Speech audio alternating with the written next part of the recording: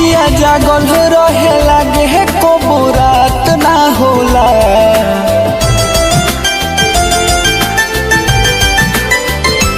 अखिया जागल रहे लागे है कबो रात ना होला। अखिया जागल रहे लागे है कबो रात ना होला।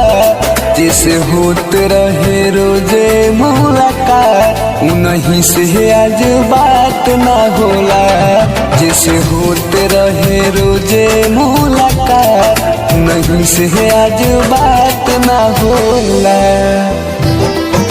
मिक्स पल्लवी रिकॉर्डिंग स्टूडियो मछिया मॉल। म्यूजिक बाय अभय पापा।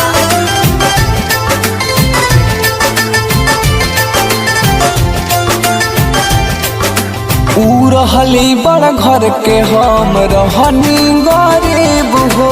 ऐसे लागे रखल ना दिल के अपना करीब हो।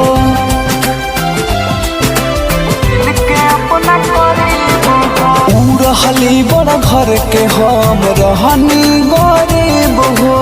ऐसे लागे रखली ना दिल के अपना करीब हो। के बतावे उनके प्यार के कोनो जात ना होला। के बतावे उनके प्यार के कोनो जात ना होला।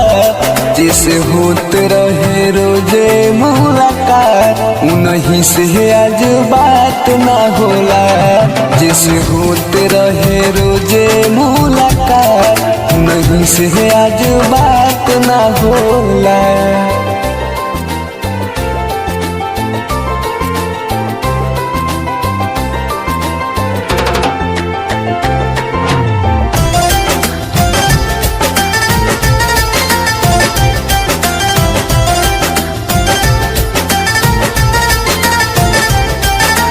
हमरों से बढ़ के उनके माने हमर मामी।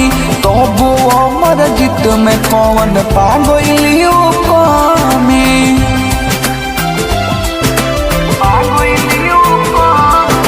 हमरों से बढ़ के उनके माने हमर मामी।